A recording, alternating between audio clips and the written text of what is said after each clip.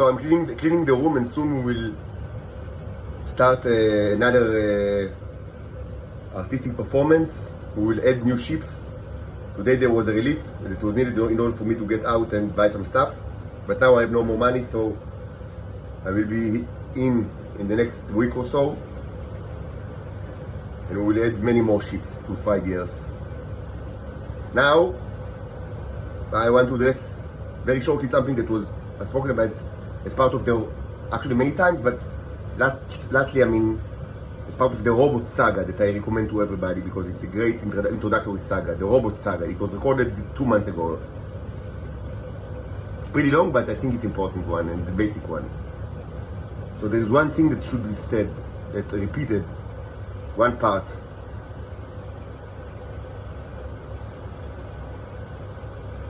Part of the services offered by the Israelis was for Titans from abroad to actually go to Israel for short trips, to have sexual encounters of all sorts. I don't know what sorts, with me presumably, for money. And many did it, and not a single one actually had sex with me, because I've never in my life had sex with a woman that I knew just for like an hour, and that's the way that it was. Yes, I had one night stands, like stutim as they say in Hebrew, but even my stutim, it was after like I knew that a little bit like about the woman, and we dated, we spoke, not like a whore, and this was like this was a state-run prostitution. They actually fucked a clone, and there are many clones of myself. And along the way, they infected themselves with horrible sexual transmitted diseases.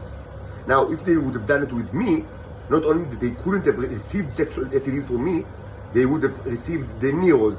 Assuming that the sexual encounter would, part of it would be transfer of fluids from me to them. They would have received the robots that would actually have cleaned them from diseases if they have some in their body, and would actually trigger the creation of their own robots inside their own bodies, and will tremendously strengthen their immune system. But not a single one of them actually did it with me. And 0% of the money that they gave the Israelis actually went into my pocket. So what do I think about it? That these women deserve actually worse punishment than what they received by their own hands.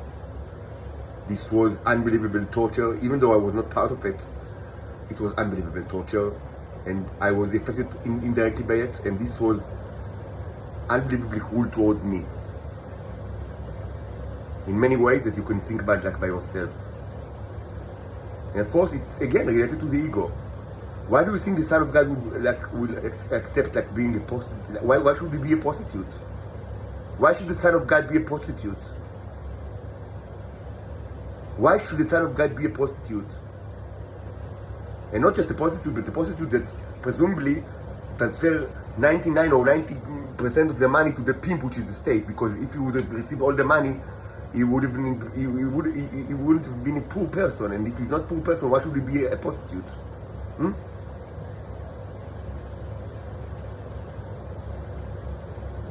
Because he's such a sexual deviant, and his needs can only be satisfied by a Titan shapeshifter from abroad. I don't think that they retain their shapeshifting abilities because they don't have many robots in their bodies. But even if they did, so you suggest that as part of these sexual encounters you shapeshifted to something disgusting? Or more, although more, so yes, this is the Son of God. This is ego. And you, females, if you're still alive, from abroad, you deserve much worse punishment than the STDs that you received from the clones. Much worse punishment. The Son of God is not a prostitute.